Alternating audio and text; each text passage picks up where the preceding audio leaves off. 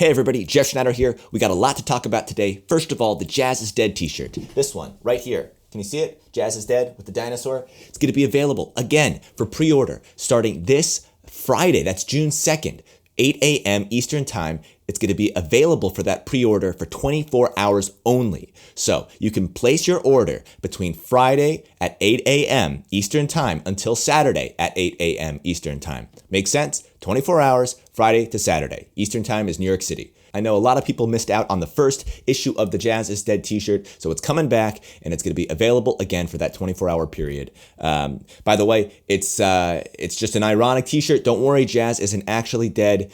Just kind of a funny thing to say, and there's a dinosaur on it, so kind of cool. So check it out. You can place your pre-order in the description link below, or I probably have it up here somewhere or over there. So let's get to this other thing that I want to talk about, which is the groove, the new beat that I put together, new chord progression. I'm going to break it down for you, but first, let's play it. 2, 3, 4.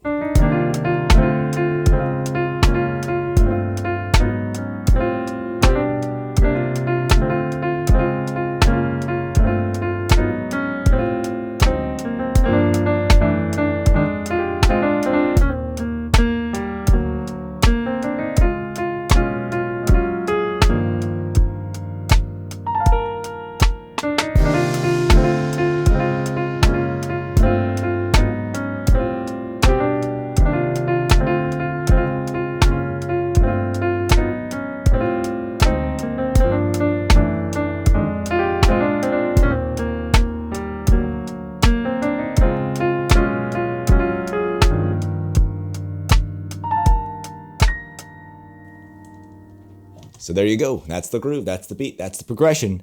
Let's break it down. So this chord progression is moving all over the place. It's modulating from one key center to the next. But I want to point out before we get into this that there's something that holds everything together, and that is the top note of each voicing is the same. It's actually going to be F. So keep an eye on that F as we go through. We're going to start with C minor 7, actually C minor 11. And it's a pretty standard voicing here. This is just going up in thirds, 1, 3, 5, 7, 9, 11. You can also look at this as a C minor triad and a B flat major triad right next to each other, which is kind of cool. But we have that F on top, and then from there we're going to go to a D minor 7. Okay? That's kind of like a 1-2. 1 to 2. But already we're already out of the key because we're about to go to D flat major 7. So we're moving all over the place, like I said. But we have that F on top, and I'm rolling each of these chord voicings to give it a little bit of motion. Check this out. Now a little bit faster, and I'm going to do that for each one. All right. So D flat major 7 going to G flat major 7. This is actually G flat major 9. Because we have that 9 in there. So that's 1, 5, 9, 3, 5, 7. And then from there, we're going to G minor 11. Really moving all over the place here. But I will mention that the root motion in the bass, it's small intervals, right? We're going from C to D flat, very small intervals. And then when we do a big jump, it's nothing too crazy, it's just going down a fifth. And that helps when you're doing these chords that are moving in different directions to use good voice leading and to not have anything that's too awkward. So up a whole step, down a half step, down a fifth. Down, or rather up a half step after that to get to the G minor 11. So let's review. C minor 11, D minor 7, D flat major 7, G flat major 7, G minor 11. And as I said, each of those chords gets 2 Fs in the top, and I'll just do the whole thing here so you can hear what I mean.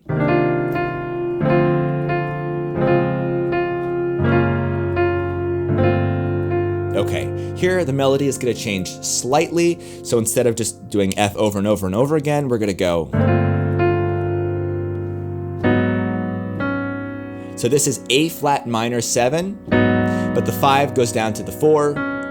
And then after that, we're going to an F over A. And you can do F add 9 over A if you want. If you want to put that G in there, you can. Or you can just double the octave, which is fine. So then we have G over B. Similar voicing to the F over A. We have the third in the bass, root, fifth, root, classic voicing. Then we're going back to where we started, C minor 11. So we have a bit of a walk up here. We're going from G flat to G to A flat to A in the bass, G in the bass, and then C in the bass. So we're walking all the way up. Another really good example of using small intervals to take you from one chord to the next, where those two chords may not really have a theoretical or diatonic relationship. Okay, so we're back at the C minor 11, and then we repeat what we did before.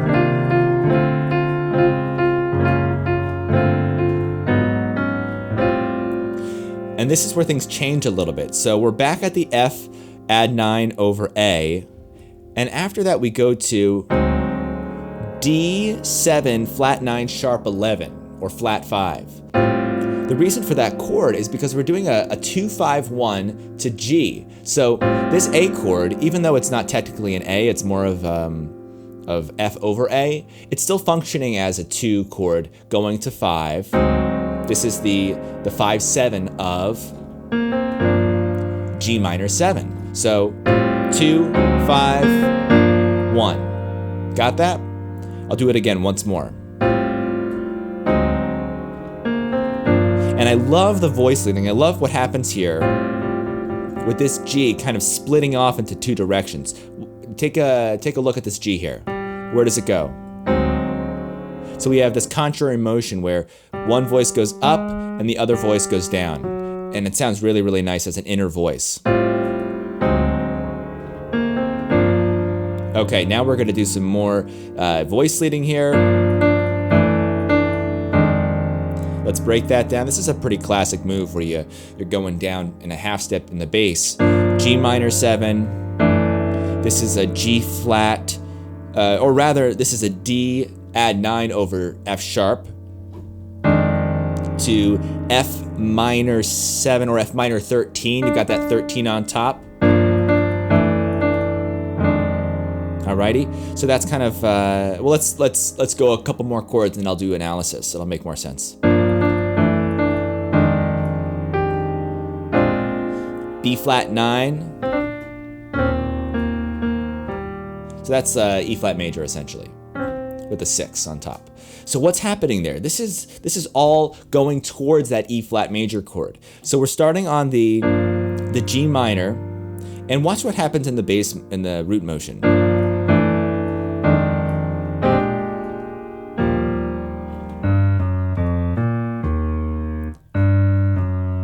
So it's 3, that F sharp there is a tritone substitution for the C right here, which would be the 6.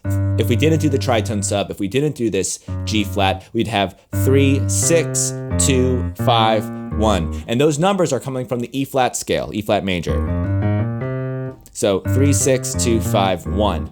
But what we're doing instead is 3, sort of a flat 3 there, which is the tritone substitution of C. Then we have 2, 5, 1, landing on E flat major.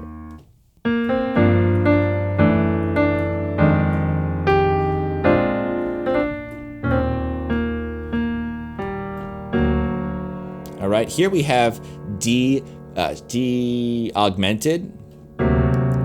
It's a little too muddy with that C in there, so I'm gonna leave that out. That would make it sort of a D7 sharp 5. I'm just gonna play a very basic voicing, just 3 notes. This is gonna be D augmented.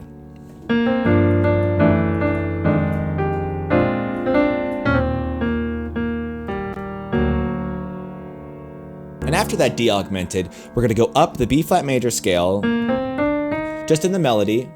And when we get to the F there, we're gonna play our D flat major chord, major 7, like that.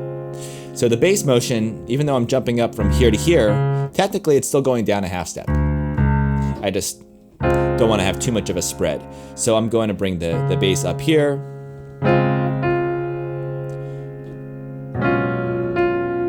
After the D flat major 7, we have this D flat over B kind of a thing here, or I like to think of this as D flat major triad over B. You could play the D sharp in there too. It gets a little thick for my taste, so I'm leaving it out. Then we have this beautiful chord here. This is a G flat major 9 over over B flat. I'll say that again. G flat major 9 over B flat. So you have this voicing here. By the way, I'm playing this with my right hand and this with my left hand. You have the third in the bass, there's the root, there's the 9, there's the 5, and there's the major 7. So G flat major 9 over B flat. Really nice chord.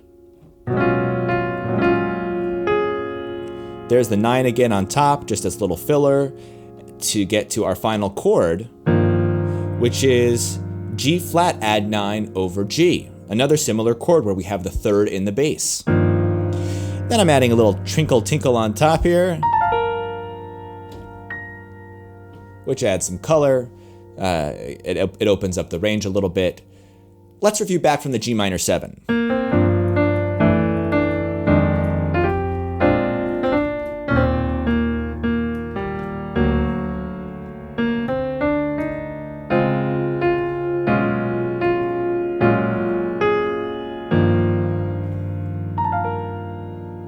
I'll do the whole thing again, kind of slow.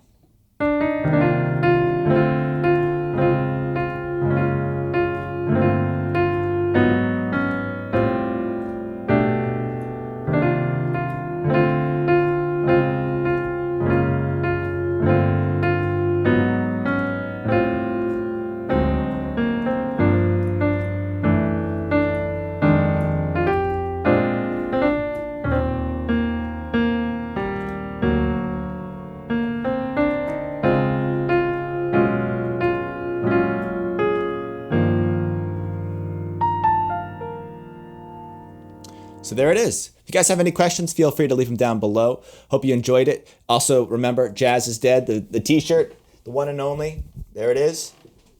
It's an ironic t-shirt, but it's got a dinosaur on it, and it says Jazz. So I think it's pretty cool.